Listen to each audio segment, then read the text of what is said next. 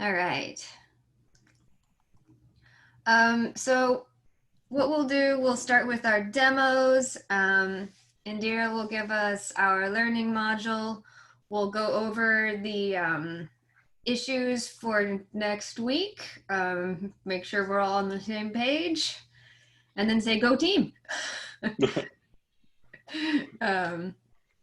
So yeah, Eddie? All right. And are we also doing retros? So each week we'll either do a learning module or a retro. Okay. So next week we'll Gotcha. do retros. This week is the learning module. Gotcha. So retros are every 2 weeks. Gotcha. All right, sweet. I guess we start off with demos. Which pair wants to go first? We have issue 1, so we could go first. Yes. All right, sweet. All right, I think Shane, you're going to share your screen, right? Yep. All right. I'll read our issue while he's getting that set up. So our issue was, okay, as a component, I want to be able to read and write to the Firestore database so that users can persist information. Yep. Can you guys see my screen? Yes. Okay, cool. And so some of the stipulations were adding in project dependencies for Firebase and React Firestore. So those were essentially like npm installs with exactly those same names to have them included into our package JSON. And then also being able to make a change in the Firestore database and have it show up in the app, which we can show you how to do in the Firestore console. And then also to be able to make a change in the app and then like reversely have it show up in the Firebase database or Firestore database. So the first part of like getting Firebase and Firestore implemented correctly was kind of setting up this configuration file. And so a lot of this is just like boilerplate that is like mentioned in the docs. So having to require Firebase and setting up this kind of like config object, which just for reference, whenever you're like in the console, if you go to settings and project settings, if you come down to this Firebase SDK snippet section and just hit on config, it gives you all of your configuration information. I think something that we like talked about here, but we didn't necessarily do was like, I know in a lot of apps, you don't usually want to like publish your API key. So maybe down the road, like setting up a like a .env file and including that in the gig nor could be like an option later. But essentially like with most databases, you like kind of instantiate instance of the app and then we save that to a variable. So we have two kind of like ways of testing or implementing reading and writing from the database. The first one is kind of like on the command line. So this file, like if you ran it as like a node firebase.js command in the command line, this is what we have set up so that it would write to the database. So essentially you reference the database that you saved to the variable, and this like dot collection method lets you traverse down into individual collections. And then if you do .doc, you can then traverse even further down into documents, because Firestore is essentially set up in a way that it can save collections, then also can further save documents.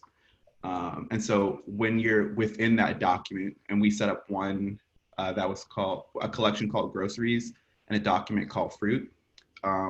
Within this fruit document, we're then using the set method to set like an example grocery with 3 properties: name, price, and quantity. And then console logging that it's been written to the database correctly. And then we have a dot catch in case we have any errors. And then similarly with reading, it's like the same process, except instead of using a dot set method, you're going to use a dot get. And really we're just, we're not doing much with that data except console logging it. So using a dot then after you have that information, you save to like actually traverse into the data that's stored within the document. You do need to use this dot data method. So we saved that to a variable and then just console log what that variable is. So then if you were to ever like traverse into, that's in source, right? Yeah. Into this Firebase directory, if you run the no command on the file, it should write blueberries to that and also read. And so after that, we just like exported the database, which is which is basically taking all our information from the configuration and the Firebase and Firestore, and so then we can use it in another file. And so then we decided to make a counter for the UI, and we refactored it to use hooks. We just referenced the doc that we were updating and changing, created a variable, and I just called it like the counter reference right up there. So then it was just like easier to, as opposed to just each time doing like DB collection, counter.doc.count, we could just do that. And then I guess you can show what it looks like on the app. We set up a counter. And it says the current count from the database right now. And then you can like add and subtract from it. And then if you go to the database, it's like that. And then we made it so now everyone, our initial count is set up as the set current count, which is our initial state. It references, if you look at line 20, it's referencing the Firebase. So we're all referencing the same database to get our initial count, which is something that Rebecca pointed out we weren't doing initially. So we changed that so we all can do that. And then, yeah, if you show the console right now and you do the get count from database, just to see what it is. Yeah, and then you can just like keep adding and subtracting, and it will just, it's showing on the UI. Initially we had it console logging, but I actually was like reading, because use state is async, the way it is in hooks is that it's initially actually going to read the log before it reads the state. So it was like off. So I just decided that as opposed to like logging it, that we'll just have the count on the UI, and then you can like add and subtract. And then if you check, like if you go to the components part of the React Dev Tools, and then, oh, well, this is, yeah, if you just go to the counter, I think it's the last one is the counter. Whenever you build it, it like changes the names of all of your, is that? I don't know. Maybe we can you go to the search bar and search for counter right there? I think whenever you like create a build, Okay. It changes the names of all your directories. But I could run it in like the local host if you want to show that real quick. No, I was just saying if you do React Dev Tools and you go to a counter, I guess it changes when you build. You'll see that the state is the same as the database number, which was something we were struggling with for a bit. But now I was just like, we know that they're the same.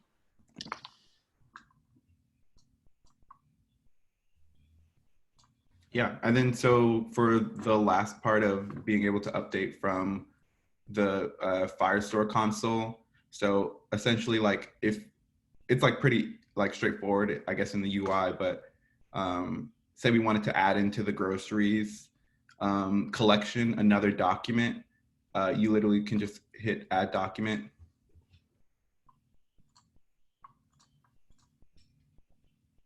Oh wait, no, I think this has to be the, and then it can be like produce.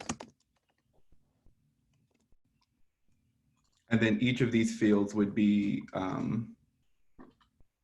what we referenced over here for like the properties of that object. So like we had name, price, and then you can change the price type and stuff, yeah, to number.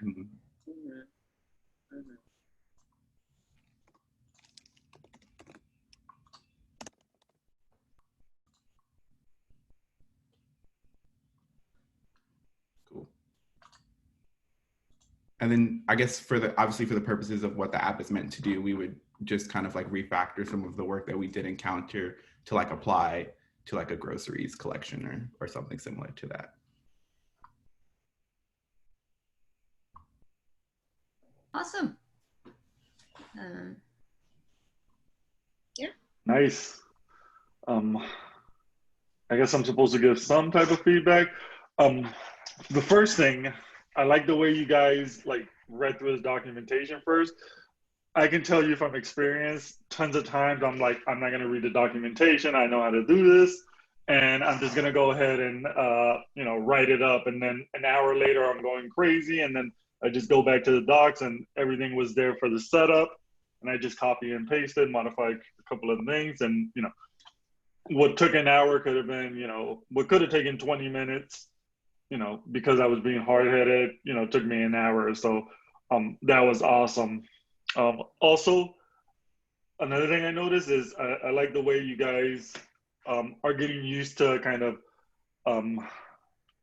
dry code or reusable code. So creating the counter ref, that way you guys don't have to continue, typing db.collection.counter.count is great. And if it ever changes by, somehow, like you guys don't have to go to like 20,000 places to go and change it. You guys go to one location and then it's done from there. So yeah, and using the console log and stuff like that to help you kind of debug and walk through it and test your changes. I do that a lot with my code. So that was awesome from what I saw. I have a question though to like the first thing I was explaining, because I've had this question for things that I build myself too, like with not putting like your API key like in your repositories. Like, should this, I guess, be in a separate file and then it references that file and it's included in the git ignore? I guess Ali, you were gonna say something? Firebase is kind of weird about this one.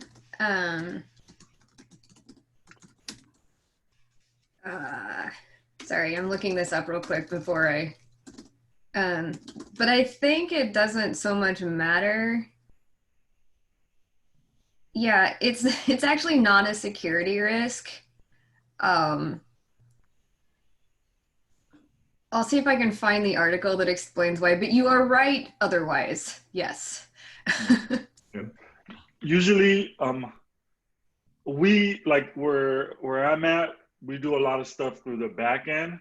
So, and we use PHP, so we'll create a .env file, for our Laravel app. And then we'll have a local one and the one on production. And then we won't track the local one. So everybody stores their staging keys on there. And then the server has the live one that we kind of have to update. And then for the JS part, we use Vue, but we create a .env file that isn't tracked. Yeah. And then we'll have one on the server and then one on our local host. What I'm trying out now is, I know GitLab lets you kind of set up a .env file through their like UI. So, I mean, I think most tools have that as well.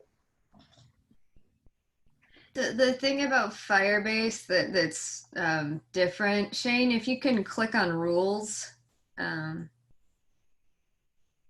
So right now, like a lot of times it's your API key that gives people access. All the API key here does is reference your project, and then we set up rules inside Firestore to actually restrict or allow access. Okay. Does that make sense? Yeah. All right. You guys did awesome. Yeah. Thank you. It was fun, actually. Yeah, I learned a lot. It was good to work with Shane, too, because I feel like it just forced us to talk things out. And maybe I haven't been talking things out as much as I've wanted, since one in July. Usually, I'll probably send out the link, but I do this thing called rubber ducking, and I have a rubber duck on my desk. And I'll just, it might sound crazy in a way, but I'll just start like going through the steps, like explaining it to that rubber duck. And then along that process, I'll figure out what's wrong or what I'm missing, or if I misspell something. It looks kind of crazy. Usually I try to do it with someone else. I'll even do it with my wife. She'll be looking at me like, what the hell are you talking about? And I'm just talking, and I'll be like, hey, it just snapped into my head. So having that person to like bounce ideas off of is totally great. Yeah. My husband does that with me. Same. Absolutely. He'll have me look at his Python code. I don't really do Python, but I can find spelling errors. So, all right. All right. All right, next team or pair? I have things loaded. I can also talk, Rebecca, up to you. I preloaded things this time. My computer's like a dinosaur. He's like 8 years old. So gotta load things like 20 minutes in advance.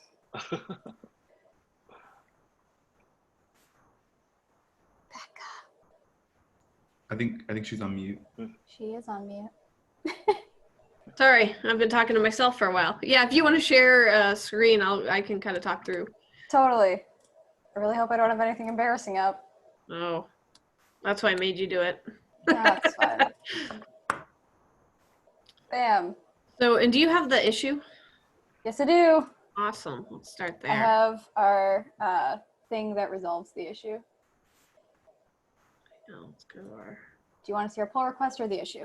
Oh, the issue is great. Okay. So as a user, I want to be able to navigate between the list view and the add item view so that the interface is clearly delineated between viewing and adding. So the first was to add React Router to the project. Links are presented as persistent at the bottom of the app, one for list view and the other for add an item view. And then when one of the links is clicked, the browser URL updates to represent the current view and matching view component is displayed. Whichever view is selected, the corresponding link should display in bold text. So we imported and included in the project the React Router. So there are 3 components within that we're using, and you'll kind of see them spread throughout. So the first is in the app component. So in app, we've imported browser router.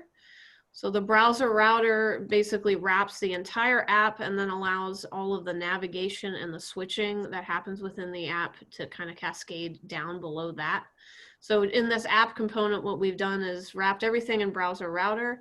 And then you can see we've created a router component and a nav component. So in the router component, that's where we're housing all of the routes for the project, so we can add and delete things as necessary. But the router is just a basic switch, so it's kind of cascading down top to bottom to figure out which route is currently displayed for the URL.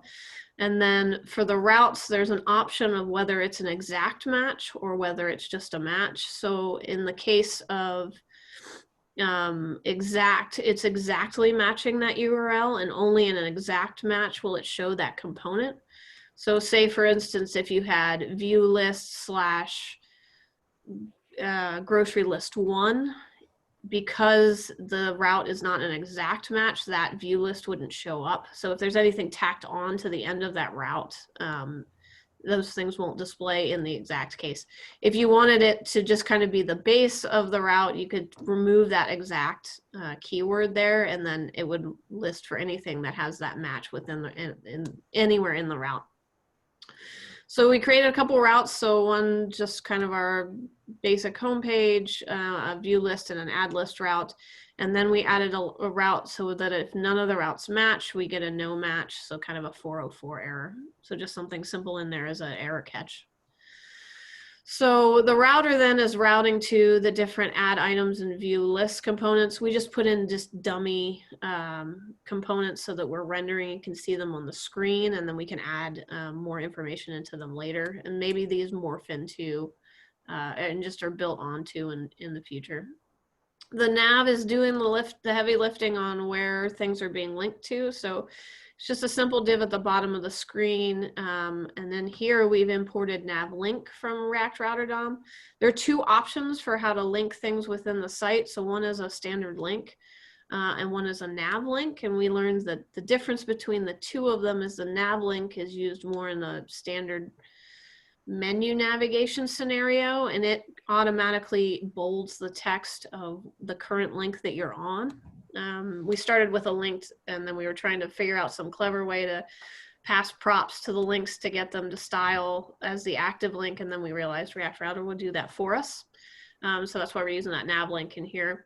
So we've just created a list at the bottom that can be styled in the future. So it's linking to the view list and to the add items, and then based on the switching that's happening in the router, rendering those components. So if you jump to the app, you can kind of see. It's still loading on my machine. Oh, okay. I'm really sorry. No, that's okay. I have it on mine if we want. I can stop sharing. Let's see. That poor dinosaur. Oh, it's fine.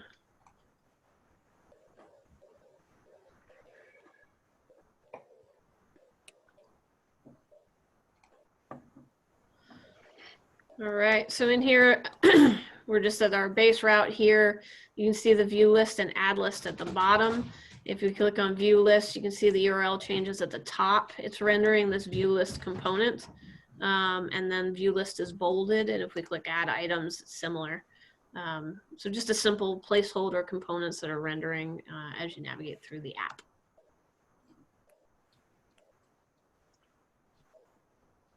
I think that's nice. Nice work. Just to verify, you said the nav link, you were going to use another type of link, but you figured nav link would work better, right? Yeah. Let me pull up the documentation. So we started at the docs also, and we were looking through this example here. So we kind of started with, they had link here. So we just started kind of pulled from what they had. And then we ended up switching to the nav link just because we were trying to figure out how to get it to bold the text at the bottom as you know, for whatever route that you were on. And then I had vaguely remembered that there was a way to do that within React Router. So navlink is the option for that to basically, it's a kind of a breadcrumb of where you are. Nice. Again, like, kind of like I mentioned with the other team, I love the fact that you guys went to the documentation, especially when you're using a framework or a library. Like a lot of the things come packaged in already. So, and I tell this to like our junior devs, they'll try to like, and I used to do the same thing as well. And sometimes I try to do the same thing. I'll try to code think myself when I could just go to the library, go through the documentation, and then like, this is a perfect example. You know, you use navlink, you figured out it would do something you needed to, and it was, you know, a simple switch. So that's awesome in my book. Yeah, the documentation for React Router is really good. I know that there's been a lot of other documentation that I've used for other libraries that I'm like, what is going on? But this is very succinct and clear, and the examples are listed pretty readily. It's really good. Nice. Probably in the future, we might change like active style to active class name just to like, for CSS purposes and to dry up the code, but like navlink works really great for now with that active style. Yeah. And I love the way you guys also broke up everything into their own separate components.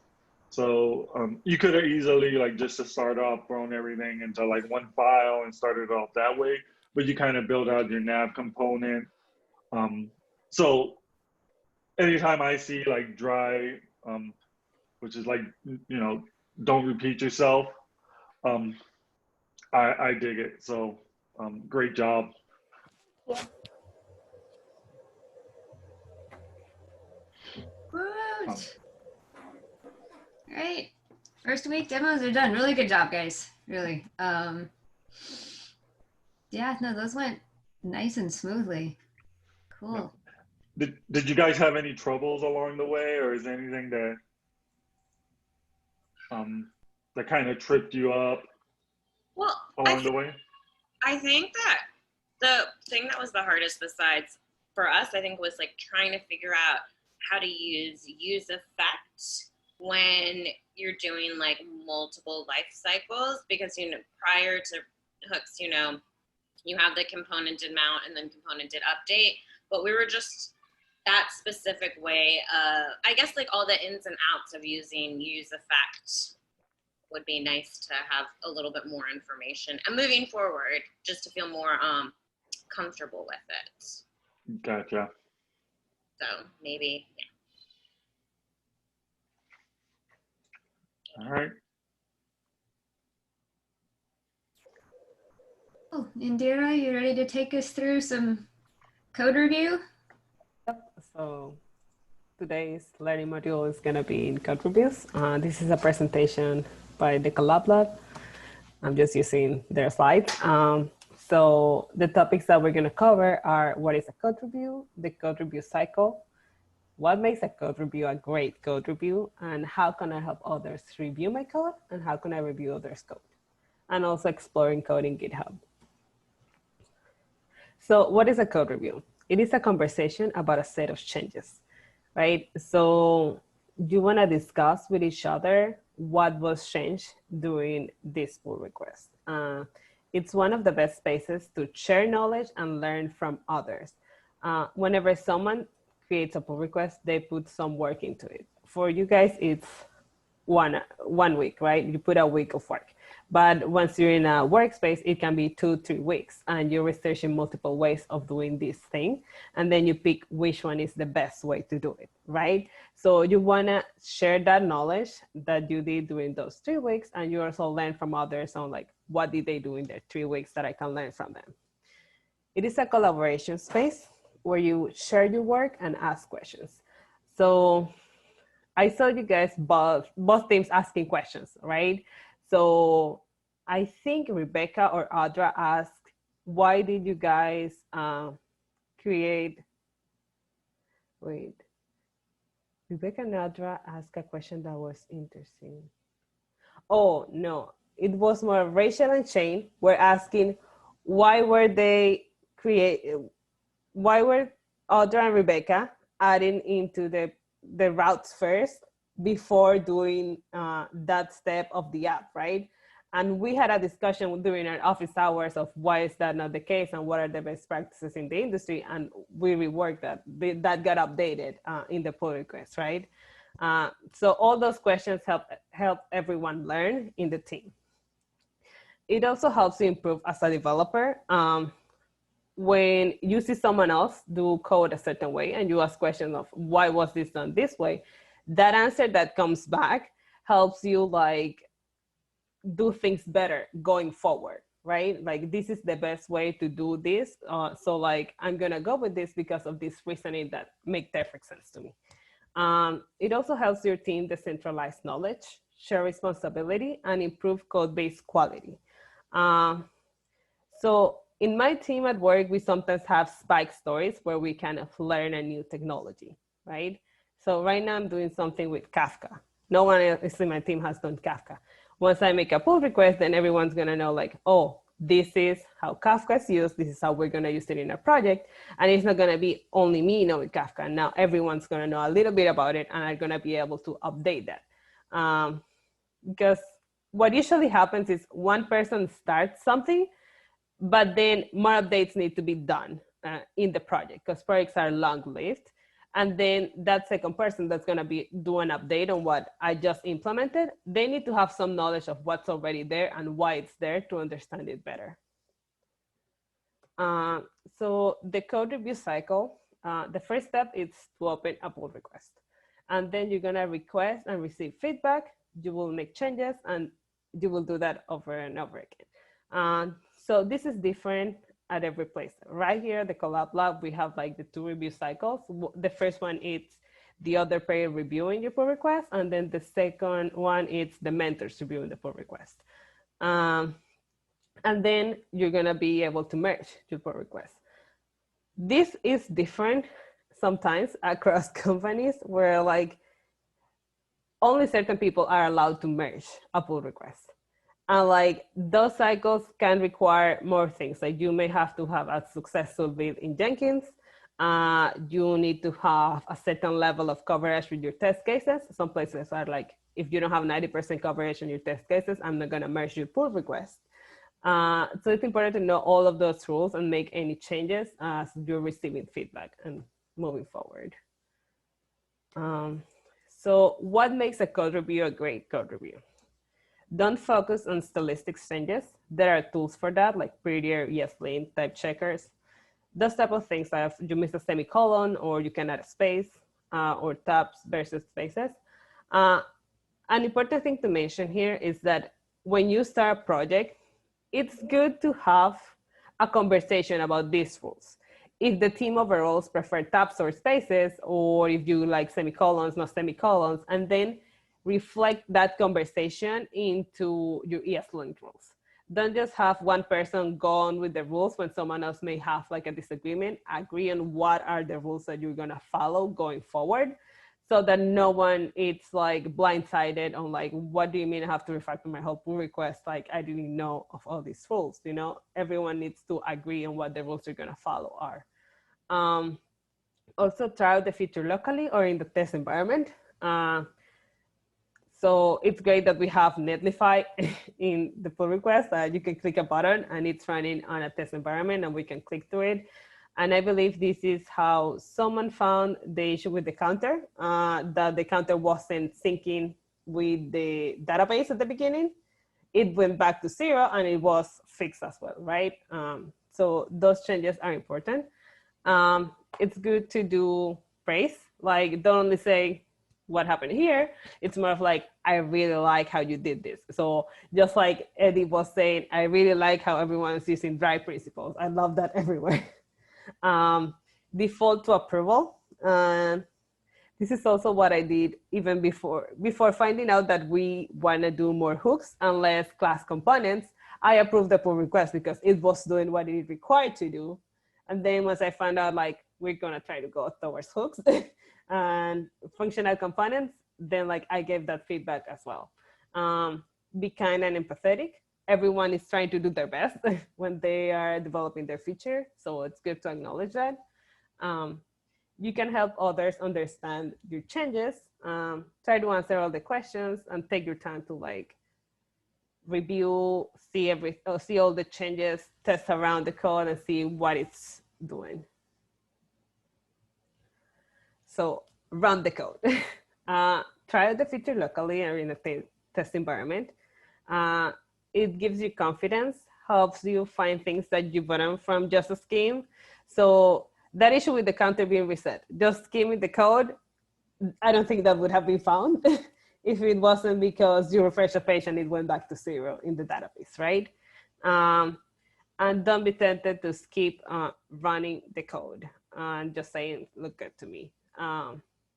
So PRs can include instructions on how to run the code depending on the team. So if you're changing anything on how the code is run, it's great to have like those instructions.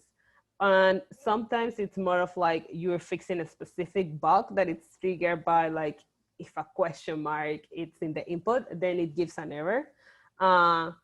It's good to like mention that input that triggered the error. So for example, if Ali found a bug and she said, oh, the question mark thing, I fixed that, but then maybe Shane is trying to like compare the previous thing that we had in production and my changes. And he's like, I don't see any difference. Why do we really need this?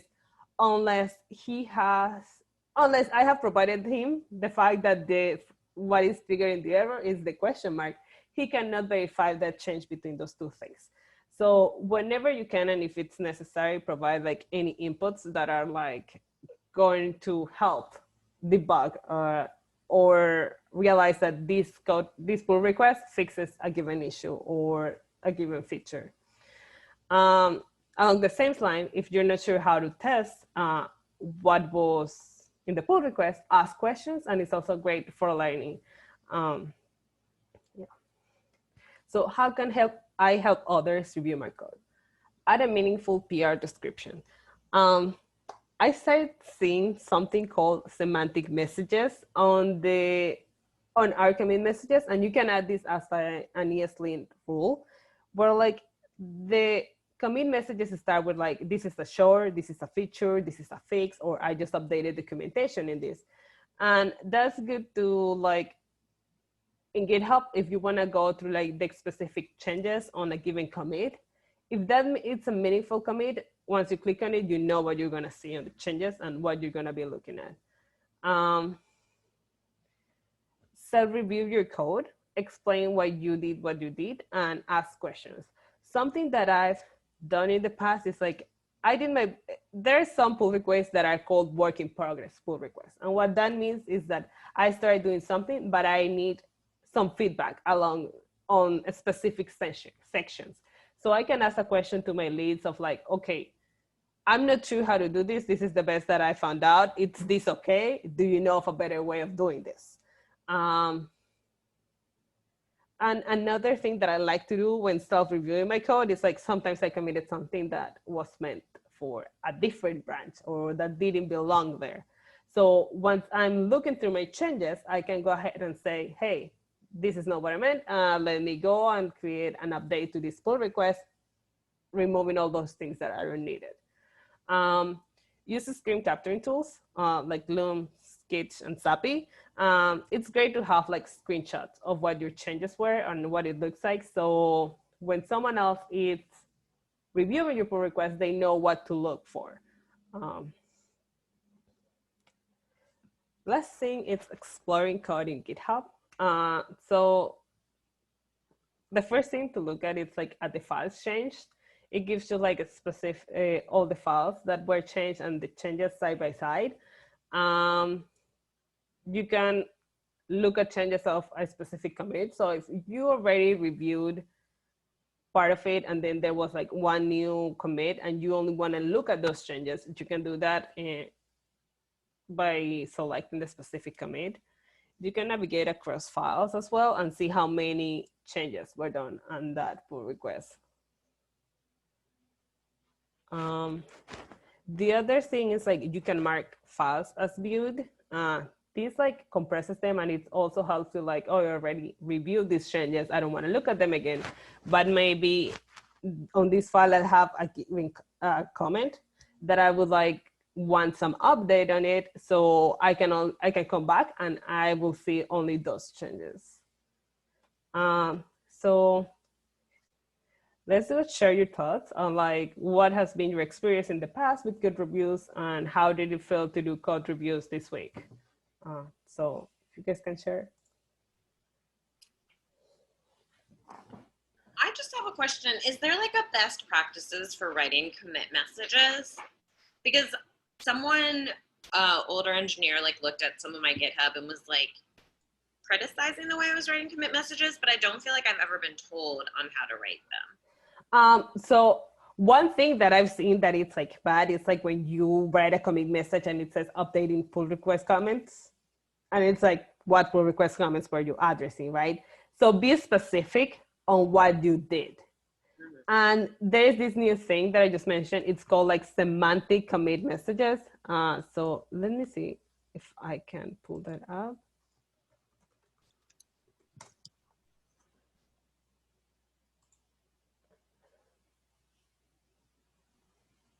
So there are these things like you add a keyword at the beginning. They're like feed, fix, doc, style, refactor, test, and show. You add one of these things and a description of what you added. Actually, this was added by someone else on our project, and then we couldn't commit, and we didn't know why. And it was because he added like these rules, and like I was like, okay. And then like you learn from like other people a lot during these things. So he set up like this, and then like we have like clearer commit messages. But as long as you're specific on what you did, what you changed, that's like the best practice along the messages. Cool. Thank you. Can anyone else share like their experience this week with their pull requests? Yeah, I mean, I think honestly, this was a pretty good experience for me in terms of code review. I think I worked on some things that were collaborative as well, but it was a bit less detailed, I would say, like in our like commit messages and even in our pull request messaging. And so I really like that. And that's something I definitely want to like carry out like whenever I'm like in a workspace or like even working with other people is like being a lot more detailed in this space as well. Cause I feel like a lot of times, you know, you focus so much on the code because obviously that's like the majority of the work, but also like traversing the code and understanding what you've written and what other people have written is like half the battle as well. So I think it was a good experience for sure. Yeah, I agree. I think that this was much more structured than what I've done previously in code reviews, and I think that it gave me a certain like confidence that you know, Shane and Rachel have definitely reviewed the code thoroughly, which my previous experience has not always been that. So I don't know. I find that very helpful to be like, okay, someone isn't just giving me the thumbs up and passing it through. Like they took the time to look at this and respond. And having like the pull request template was super helpful because in school, like I was just pulling, like sending PRs to myself. So I'd just be like, I did the thing. And so having like a big, like, here's how to do it in detail actually also helped me like understand our code better because I had to explain it succinctly to somebody else. And then having people review it was like, oh, okay, like this is what's happening. And I think that was super valuable. Yeah, like one of the things I really liked about that is like the screenshots, right? Because most people don't tend to do screenshots, and they are like so much value because like it's easier for the reviewer to go ahead and do it, because in reality, most people are like, I have so many things to do. If I have to spend a lot of time reviewing this pull request, I'm gonna put it off. Maybe tomorrow, maybe on Friday, I'll review this pull request. But you have like so much details about in the pull request and how to run it, what are the changes, and like how can I really test this easily, like on the specific change. That makes me like, oh, okay, I'm gonna go ahead and test this now because I know it's not gonna take too much of my time. But yeah, let's see, we have like some other things that you can read. I'm guessing like this slide deck is gonna be available for you guys. And yeah, so that was the learning module for today. Are there any other questions or anything? Good. All right, thank you, Indiana. All right, that gets us ready for next week's issues. I will share my screen. Oh, that's another question I had. I saw that Audra and Rebecca were able to close their issue, or I don't know if they did it or one of y'all did it. I just didn't know how to close the issue. Oh, there's on your PR request, you just like write fixes or fixed, and then you kind of tag your issue, and then when the pull request goes through, it automatically closes it for you. They, in the example pull request, they like show you how to do it. Oh, okay. Yeah, I'm trying to, yeah, see, we're under related issue, they put fixes number 2. When it, sorry.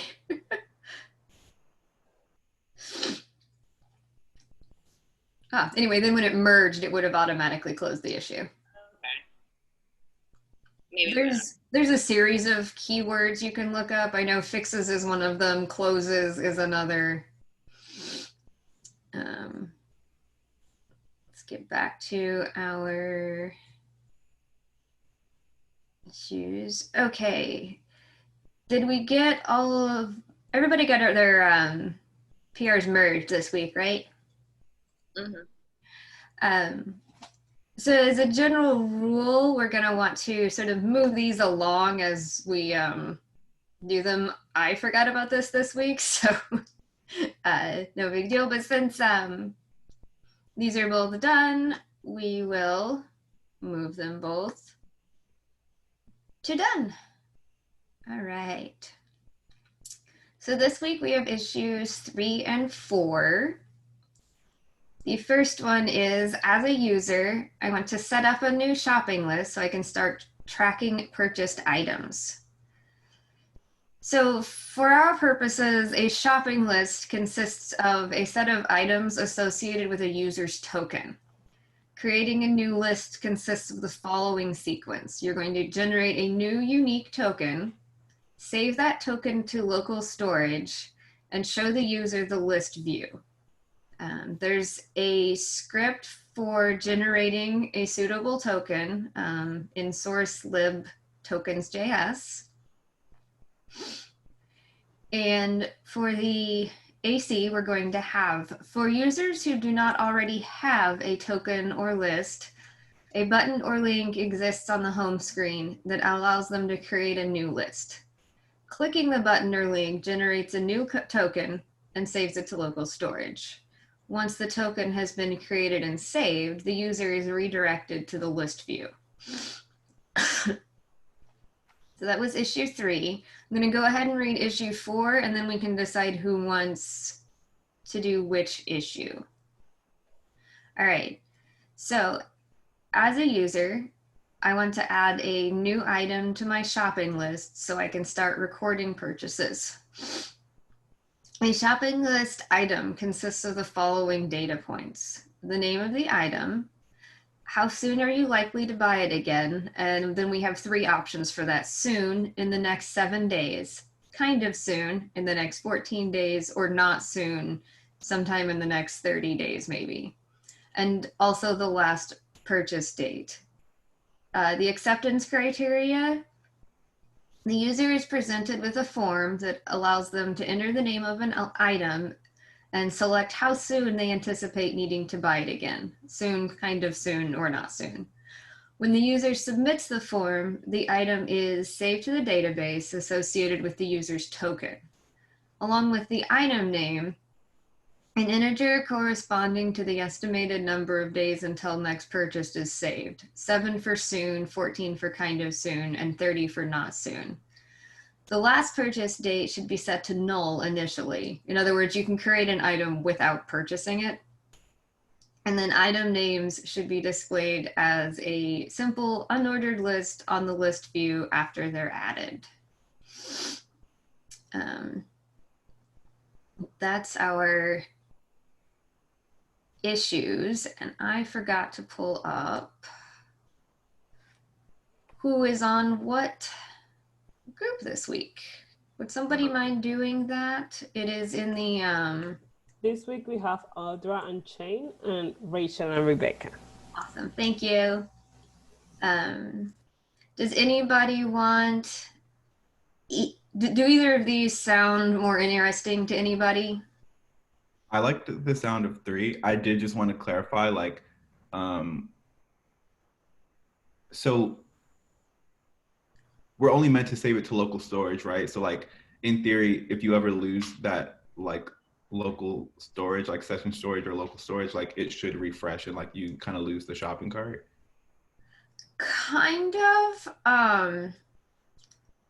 Or should they be able to like log in with this like generated token? We will eventually log in essentially with the token. I don't know that.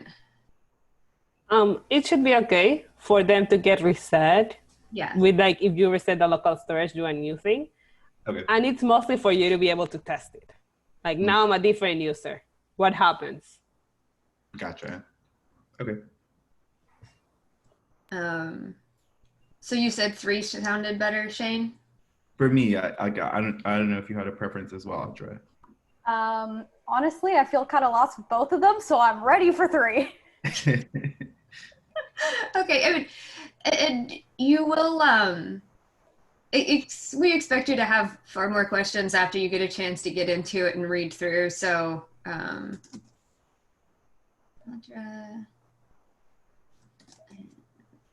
Shane, all right. And that, Rebecca, Rachel, do you have any questions about 4 in particular? Not yet, I don't think.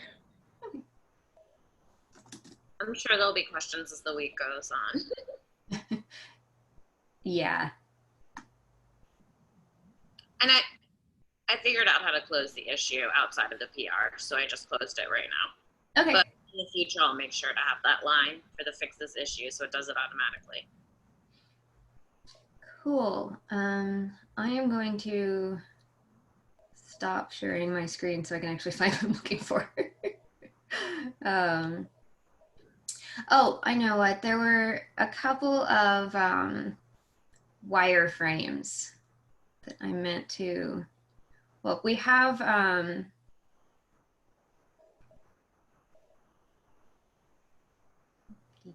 okay. So this is sort of what your welcome screen will look like. Don't get too focused on making it look all pretty. This is just so you have an idea of what's going to eventually happen. I think that was the only other thing.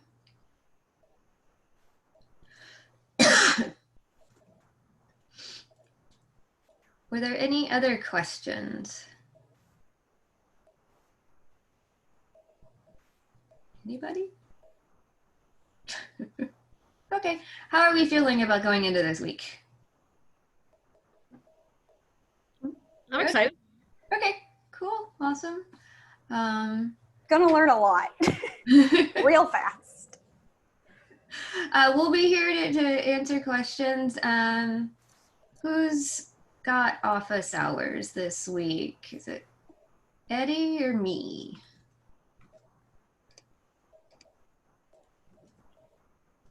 Anyway, I'll figure out who's got office hours, and we can obviously focus on anything. I got office hours. Okay. So yeah, if there aren't any more questions, we'll wrap this up.